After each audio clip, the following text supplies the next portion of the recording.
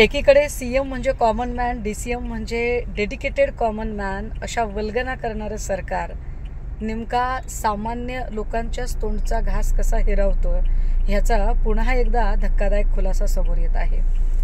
आधी मंत्री धनंजय मुंडे, मग जयकुमार गोरे, त्यानंतर माणिकराव कोकाटे आणि आता प्रचंड मोठं साम्राज्य असणारे संस्थानिक राधाकृष्ण विखे पाटील यांनी ज्या पद्धतीने सामान्य शेतकऱ्यांच्या, तेही तब्बल 10,000 शेतकऱ्यांच्या नावावर राष्ट्रीयकृत बँकेकडून घेतलेले पैसे त्या शेतकऱ्यांच्या खात्यात पडूच दिले नाही आणि ते पैसे स्वतःकडे वळते करून घेतले, ही बाब अत्यंत लाजिरवाणी आहे। एवढ्या मोठ्या संस्थाचालक आणि संस्थानिक धनी असणाऱ्या माणसाने सामान्य शेतकऱ्यांच्या तोंडचा घास पळवावा हे अत्यंत वाईट आहे।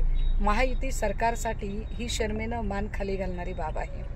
ऑनरेबल सुप्रीम कोर्टाने गुन्हा या प्रकरणामध्ये आता दाखल करण्याचे आदेश दिले आणि त्यानुसार लोणी पोलीस स्टेशनमध्ये गुन्हा सुद्धा दाखल झाला। परंतु इतक्या भ्रष्ट मंत्र्याला, जो मंत्री इथल्या गोरगरीब शेतकऱ्यांच्याच तोंडचा घास पळवतो, असा मंत्री महायुतीच्या सरकारमध्ये चालतो कसा काय? आमची आता मागणी असेल की मुख्यमंत्री देवेंद्र फडणवीस यांनी तात्काळ मंत्री राधाकृष्ण विखे पाटील यांचा राजीनामा घ्यायला हवा।